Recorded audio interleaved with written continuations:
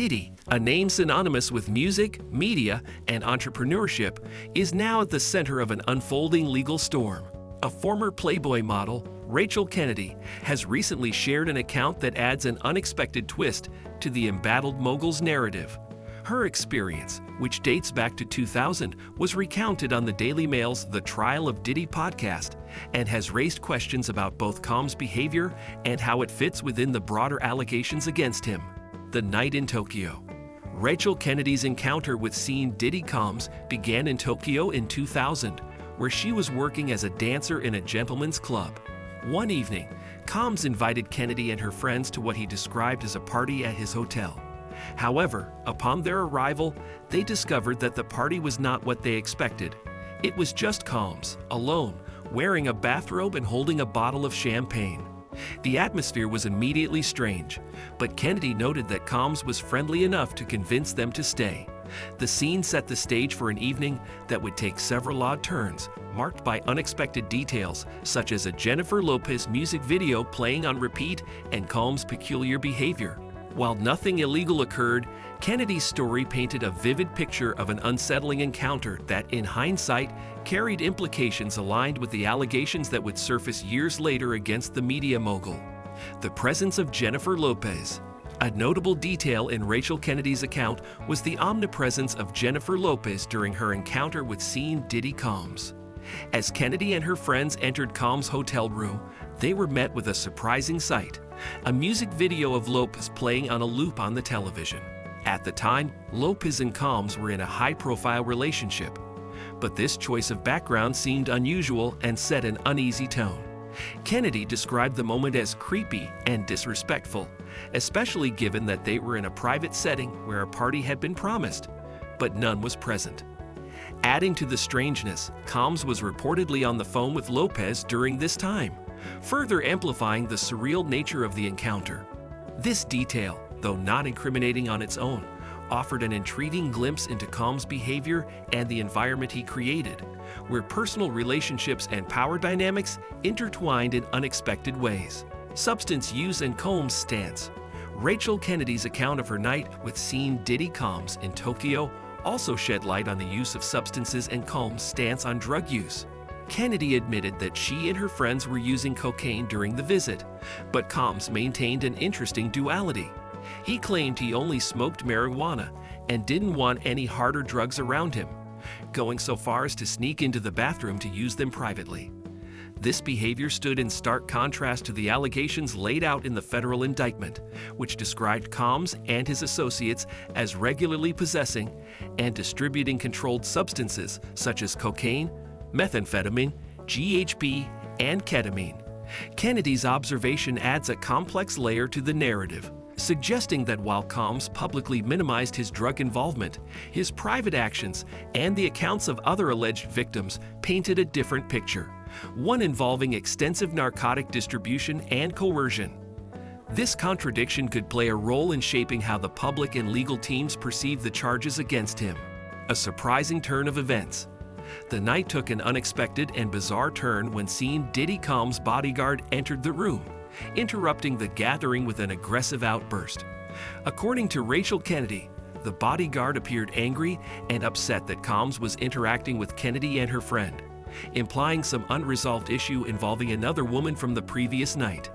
The bodyguard's belligerent behavior escalated to the point of forcibly removing the women from the room, while Combs did nothing to intervene or address the situation.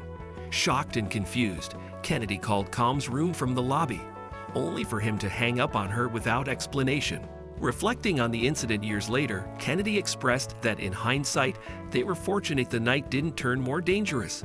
Her account highlights an unsettling power dynamic and hints at the environment of fear and control that some alleged victims have described, adding more context to the complex web of accusations surrounding Combs and those in his circle. Consent and the legal implications. Kennedy's story stands apart from other accusations against Combs, primarily due to her assertion that the encounter was consensual. She emphasized that there was no coercion or force involved, a detail that differs significantly from the stories of other alleged victims who have accused Combs of using threats and drugs to coerce them into sex acts. This distinction could play a critical role in Combs' defense, as his legal team has argued that while certain behaviors may be unconventional, they were consensual. This might be an example that the defense could use to argue that there was no coercion or force involved in other similar situations, said legal analyst Elizabeth Vooley. The role of Combs' associates. One of the most revealing aspects of Rachel Kennedy's account is the focus it brings to the people surrounding Sean Diddy Combs, particularly his associates and bodyguards.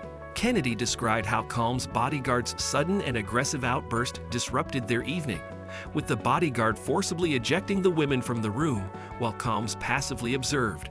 This incident underscores the influence and potential complicity of those within Combs' inner circle.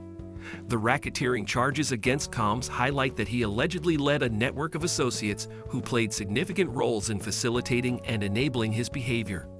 Legal analysts note that in cases involving such charges, the actions of these associates are crucial as they illustrate the structure and operation of the so-called Combs enterprise.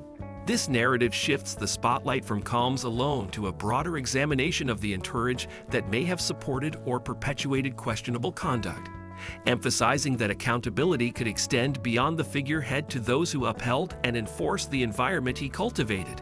The broader picture and public reactions. Rachel Kennedy's story is just one of many that have surfaced in light of the serious allegations against Sean Diddy Combs, painting a broader picture of his behavior and the culture within his circle. Her account, while not aligning with the more severe accusations of coercion or assault, reflects a pattern of unsettling and erratic behavior that has prompted others to come forward with their own experiences. This wave of testimonies, many spurred by recent high-profile allegations, such as those brought by Cassie Ventura, reveals that incidents once brushed aside as isolated or odd are now being reconsidered under a different lens. The public's reaction has been a mix of shock, concern, and validation for those who have spoken up, creating a momentum that encourages more individuals to share their encounters. This shifting context contributes to a larger narrative of power, control, and complicity, making it clear that the allegations extend beyond Combs himself to those who were complicit in enabling a culture where questionable and harmful behavior could thrive. The GLO connection. One of the more curious aspects of Rachel Kennedy's account was the prominent presence of Jennifer Lopez in the backdrop of the evening. As Kennedy and her friends entered the hotel room, they found a music video featuring Lopez playing on a continuous loop, while Combs was reportedly on a phone call with her. At that time, Combs and Lopez were publicly dating, and this detail added an unusual and somewhat unsettling twist to the encounter. The insistence on having Lopez's image and voice permeate the space created an atmosphere that Kennedy described as creepy and disrespectful, given the context. While Lopez has not made any public comments regarding Combs' legal troubles or Kennedy's account, this anecdote highlights the strange intersection of celebrity relationships and personal interactions, providing a glimpse into the surreal world that surrounded Combs during that era. Conclusion. Rachel Kennedy's story, while not directly aligned with the more severe allegations of force or trafficking, adds a layer of complexity to the public's understanding of Combs' behavior. Her account suggests that while some encounters may have been consensual, the presence of intimidating figures and odd behavior paints a broader picture of the atmosphere surrounding Combs at the time. As the case against Sean Combs unfolds, stories like Kennedy's offer insight into the environment and interactions that could shape both the prosecution and defense. While Combs' legal challenges continue, these revelations contribute to a narrative that extends beyond the star himself to include the network of individuals and behaviors that defined an era. That's all for today's video. If you found this breakdown insightful and want to stay updated on the latest developments, make sure to like this video and subscribe to our channel. Your support helps us bring you in-depth stories and analyses. Don't forget to hit the notification bell so you never miss an update. Thank you for watching, and we'll see you next time.